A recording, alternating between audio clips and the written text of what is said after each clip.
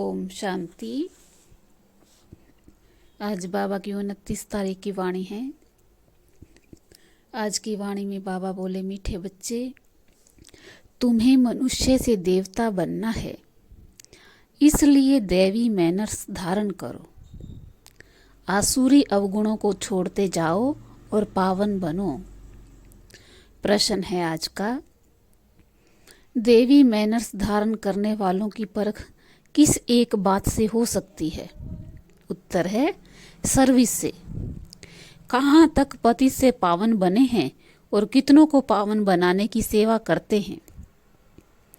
अच्छे पुरुषार्थी हैं या अभी तक आसुरी अवगुण हैं, ये सब सर्विस से पता चलता है। तुम्हारी यह ईश्वरीय मिशन है ही देवी मैनर्स सिखलाने की। तुम श्रीमत पर पतित मनुष्य को पावन बनाने की सेवा करते हो। गीत है आज का, ओम नमो शिवाय। ओम शांति। भक्ति मार्ग में महिमा करते शिवाय नमः, उच्चते उच्च शिव, उनको ही शिव परमात्माए नमः कहा जाता है। ब्रह्मा देवताए नमः, विष्णु देवताए नमः कहा जाता है, और शिव परमात्माए नमः। फर्क हुआ ना। परमात्मा एक है, वह ऊंचते ऊंच है, उनकी महिमा भी ऊंच है। इस समय ऊंचे ते ऊंचा कर्तव्य करते हैं, उनका धाम भी ऊंचे ते ऊंचा है और नाम भी ऊंचा। और किसको परमात्मा नहीं कहते। परमात्मा के लिए गायन है, हे पतित पावन। आते भी हैं पतित दुनिया और पतित शरीर में। पतित शरीर का नाम है प्रजापिता ब्रह्मा। इसमें प्रवेश कर कहते हैं कि मैं बहुत जन्मों के अंत वाले साधारण मनुष्य तन में प्रवेश करता हूँ। सूक्ष्म वतनवासी संपूर्ण ब्रह्मा में नहीं आते हैं। खुद कहते कि इनके बहुत जन्मों के अंत के जन्म में आता हूँ। बहुत जन्म लेते ही हैं राधे कृष्ण। उनके बहुत जन्मों के अंत का जन्म साधारण है। ऐसे तो कहते नहीं कि मैं पावन शरीर में प्रवेश करता हूँ। भगवानुवाच, मैं साधारण तन में आता हूँ। अब भगवान जरूर आकर के इस साधारण तन द्वारा आत्माओं को बैठ समझाते हैं कि मैं परमपिता परमात्मा हूँ।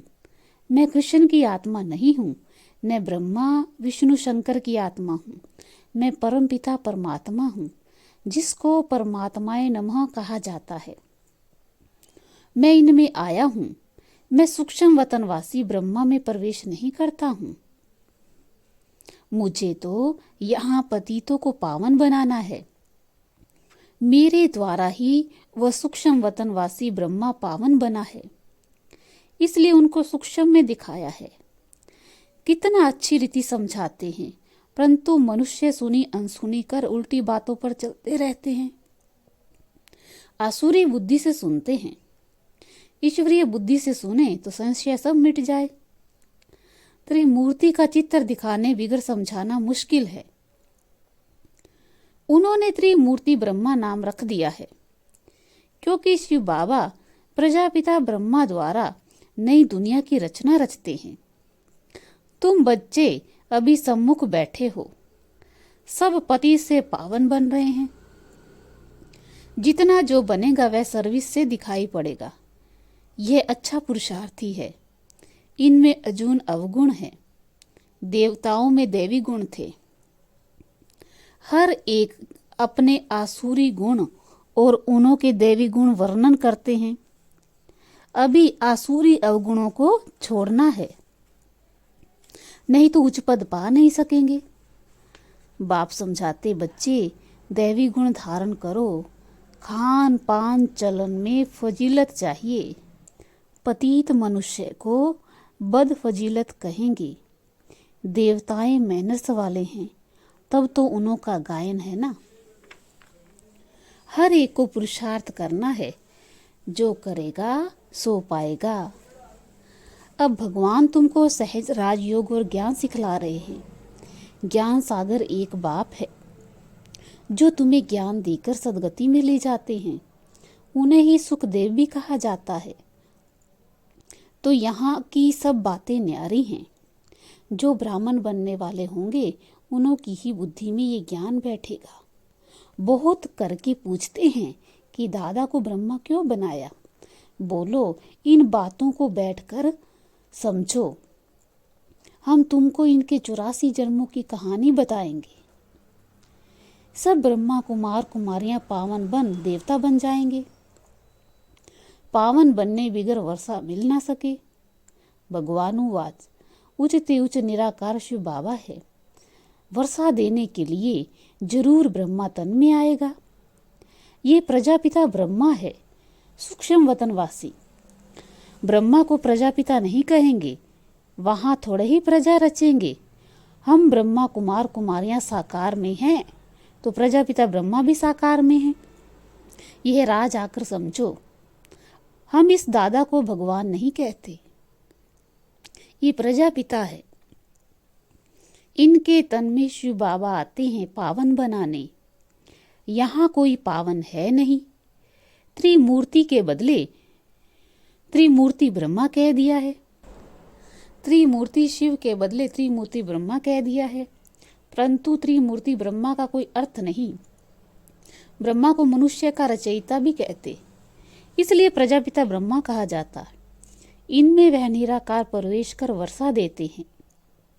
सूक्ष्म वतनवासी ब्रह्मा पावन है, वह पति से पावन बनते हैं। हम ब्राह्मण भी पति से पावन देवता बनते हैं। शिव परमात्माए नमः कहा जाता है। ब्रह्मा विष्णु शंकर को देवता कहा जाता। भगवान ही भक्तों का रक्षक है, वही सबको सद्गति देगा। पतित पावन है तो जरूर आकर पतितों को पावन बनाएंगे। पहले पहले पावन है लक्ष्मी नारायण, वे जरूर पुनर्जन्म लेते होंगे। 84 जन्म पूरे होने से फिर साधारण मनुष्य बन जाते हैं, उसमें फिर बाप प्रवेश करते हैं। तो ये व्यक्त ब्रह्मा और वह अव्यक्त ब्रह्मा। सूक्ष्म वतन में सृष्टि नहीं रची जाती। अक्सर करके लोग इस बात पर मूंझते हैं, तो तुमको समझाना है। बाबा कहते, मैं बहुत जन्मों अर्थात 84 जन्मों के अंत में प्रवेश करता हूँ। भारत में पहले देवी देवताएं आए, वह फिर पिछाड़ी में हो जाएंगे, फिर पहले वही जाकर देवी देवता बनेंगे। विराट रूप का चित्र भी जरूर होना चाहिए। बच्चों ने अर्थ सहित बनाया है। ब्राह्मण चोटी, देवता सिर, क्षत्रिय भुजाएं, वैश्य पेट और शूद्र पैर, शूद्र के बाद फिर ब्राह्मण। वर्णों का भी चक्कर हुआ ना, ये भी समझना और समझाना है। बाबा ने बहुत बार समझाया है कि अखबार में पढ़ता है कि फलाना स्वर्गवासी हुआ, तो उनको चिट्ठी लिखनी चाहिए कि स्वर्गवासी हुआ तो जरूर नरक में था, और अब है ही नरक तो जरूर पुनर्जन्म नरक में लेंगे। अगर स्वर्ग में गया फिर तुम उनको बुलाकर नरक का भोजन क्यों खिलाते हो? तुम रोते क्यों हो? परंतु इतनी बुद्धि नहीं कि जो समझे कि स्वर्ग की स्थापना तो बाबा ही आकर करते हैं, राजयोग सिखलाते हैं। तुम ब्राह्मण संगम पर बाप से वर्षा ले रहे हो, बाकी सब है कलयुग में। संगम पर आत्मा परमात्मा मिल रहे हैं, इसको कुंभ का मेला कहा जाता। तुम ज्ञान गंगाएं ज्ञान सागर से निकली हो। भक्ति में समझते हैं कि गंगा में स्नान करने से पावन बन जाएंगे। पावन बनाना तो तुम्हारी मिशन का कर्तव्य है। यह है ईश्वरीय मिशन। तुम ही पतित मनुष्य को पावन देवता बनाती हो श्रीमत पर। श्री कृष्ण पतित पावन नहीं है, वह पूरे 84 जन्म लेते हैं।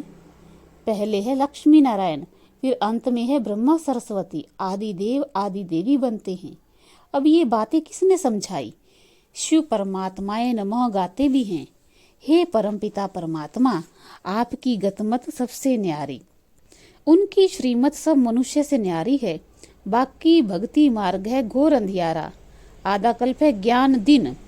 शिव बाबा कहते, मैं अंधियारी रात में आता हूँ रात को दिन बनाने। यह ज्ञान है कि ज्ञान सागर शिव बाबा के पास है। ऋषि मुनि आदि सब कहते आए कि परमात्मा बेअंत है। बाप को नहीं जानते तो गोया नास्तिक ठहरे।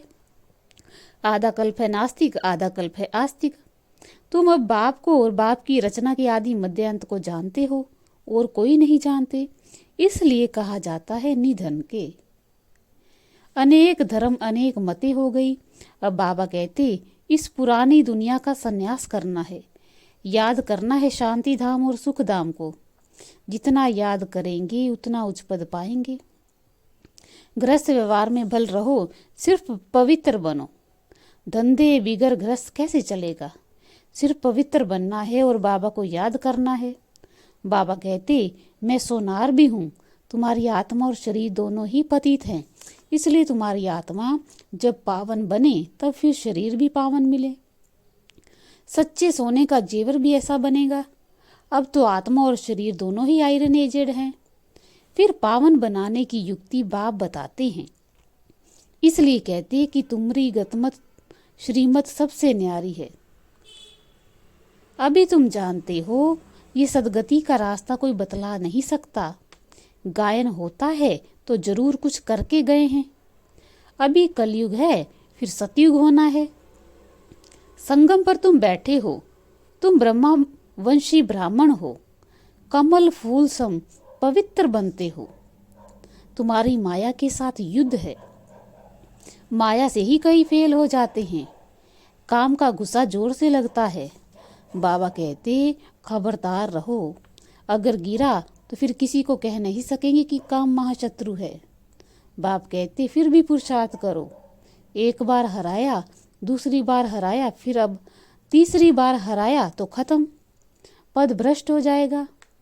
प्रतिज्ञा की है तो उस पर पूरा रहना है। प्रतिज्ञा कर फिर पतित नहीं बनना है। परंतु सब तो प्रतिज्ञा कर कायम नहीं रहते ना, गिरते भी रहते हैं। कोई फिर बाप को भी छोड़ देते। बहुत भागने वाले भी हैं। अंत में तुमको पूरा साक्षात्कार होगा कि कौन क्या बनेगा। पुरुषार्थ पूरा करना चाहिए। जो दुख देते वह दुखी होकर मरते। बाप तो सबको सुख देने वाला है, तो तुम्हारा भी काम है सबको सुख देना। कर्मणा में भी किसको दुख दिया तो दुखी होकर मरेंगे, पद भी भ्रष्ट हो जाएगा। बेहद के बाप के साथ पूरा फरमान बरदार वफादार होकर रहना है।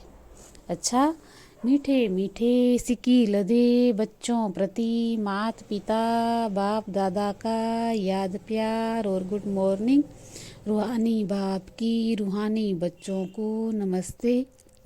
हम रूहानी बच्चों की रूहानी बाप दादा को याद प्यार, गुड मॉर्निंग, नमस्ते नमस्ते नमस्ते। शुक्रिया बाबा, शुक्रिया। धारणा के लिए सार है। पहला पॉइंट, बाप के साथ वफादार फरमानबरदार होकर रहना है, कभी किसी को दुख नहीं देना है। दूसरा है, बाप से पूरा वर्षा लेने के लिए पवित्र बनने का पुरुषार्थ करना है। काम की चोट कभी नहीं खानी है, इससे बहुत बहुत सावधान रहना है। वरदान है आज का, मालिकपन की स्मृति से शक्तियों को ऑर्डर पर मान चलाने वाले स्वराज्याधिकारी भव। विस्तार है, बाप द्वारा जो भी शक्तियां मिली हैं उन सर्व शक्तियों को कार्य में लगाओ। समय पर शक्तियों को यूज करो। सिर्फ मालिकपन की स्मृति में रहकर फिर ऑर्डर करो तो शक्तियां आपका ऑर्डर मानेंगी। अगर कमजोर होकर ऑर्डर करेंगे तो नहीं मानेंगी। बाप दादा सभी बच्चों को मालिक बनाते हैं, कमजोर नहीं।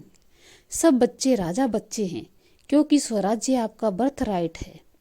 ये बर्थ राइट कोई भी छीन नहीं सकता। आज का स्लोगन है, त्रिकालदर्शी स्थिति में स्थित रहकर हर कर्म करो तो सफलता मिलती रहेगी। फिर मातेश्वरी जी के अनमोल महावाक्य, अब यह जो हम कहते कि प्रभु हम बच्चों को उस पार ले चलो, उस पार का मतलब क्या है? लोग समझते उस पार का मतलब है जन्म मरण के चक्कर में न आना, अर्थात मुक्त हो जाना। अब यह तो हुआ मनुष्य का कहना, परंतु वो कहता है बच्चों, सचमुच जहाँ सुख शांति है, दुख अशांति से दूर हैं, उसको कोई दुनिया नहीं कहते। जब मनुष्य सुख चाहते हैं तो वो भी इस जीवन में होना चाहिए। अब वो तो सतयुगी बैकुंठ देवताओं की दुनिया थी, जहाँ सर्वदा सुखी जीवन थी। उसी देवताओं को अमर कहते थे। अब अमर का भी कोई अर्थ नहीं है। ऐसे तो नहीं, देवताओं की आयु इतनी बड़ी थी जो कभी मरते नहीं थे। अब यह कहना उन्हों का रोंग है, क्योंकि ऐसे है नहीं। उनकी आयु कोई सतयुग त्रेता तक नहीं चलती, परंतु देवी देवताओं के जन्म सतयुग त्रेता में बहुत हुए हैं। 21 जन्म तो उन्होंने अच्छा राज्य चलाया है। फिर 63 जन्म द्वापर से कलयुग के अंत तक टोटल उन्हों के जन्म चढ़ती कला वाले हुए। 21 हुए चढ़ती कला, फिर उतरती कला वाले 63 हुए। टोटल मनुष्य 84 जन्म लेते हैं। बाकी ये जो मनुष्य समझते हैं कि मनुष्य 84 लाख योनियां भोगते हैं, यह कहना भूल है। अगर मनुष्य अपने को योनि में सुख दुख दोनों पार्ट भोग सकते हैं, फिर जानवर योनि में भोगने की जरूरत ही क्या है। अब मनुष्य को यह नॉलेज ही नहीं। मनुष्य को तो 84 जन्म लेते हैं, बाकी सृष्टि पर जानवर पशु पक्षी आदि टोटल 84 लाख योनियां हो सकती हैं। अनेक किस्म की जैसे पैदाइश है, उसमें भी मनुष्य योनि में ही अपना पाप पुण्य भोग रहे हैं, और जानवर अपनी योनि में भोग रहे हैं। न मनुष्य जानवर की योनि लेता और न जानवर मनुष्य योनि में आता। मनुष्य को अपनी योनि में जन्म में भोगनी पड़ती है तो दुख सुख की महसूसता आती है। ऐसे ही जानवर को भी अपनी योनि में दुख सुख भोगना पड़ता है, मगर उनमें यह बुद्धि नहीं कि ये भोगना किस कर्म से हुई।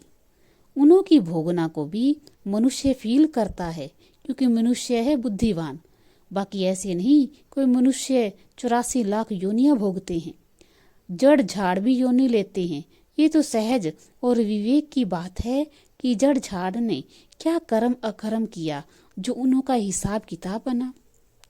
जैसे देखो, गुरु नानक साहब ने ऐसे महावाक्य उच्चारण किए, अंत काल में जो पुत्र सिमरे ऐसी चिंता में जो मरे सुअर की योनि में वल उतरे। परंतु इस कहने का मतलब यह नहीं कि मनुष्य कोई सूकर की योनि लेता है, परंतु सूकर का मतलब यह है कि मनुष्य का कार्य भी ऐसा होता है जैसे जानवरों का कार्य होता। बाकी ऐसे नहीं कि मनुष्य कोई जानवर बनता है। अब यह तो मनुष्य को डराने के लिए शिक्षा देते हैं, तो अपने कोई संगम समय पर अपनी जीवन को पलटाए, पाप आत्मा से पुण्य आत्मा बनना है। अच्छा, ओम शांति।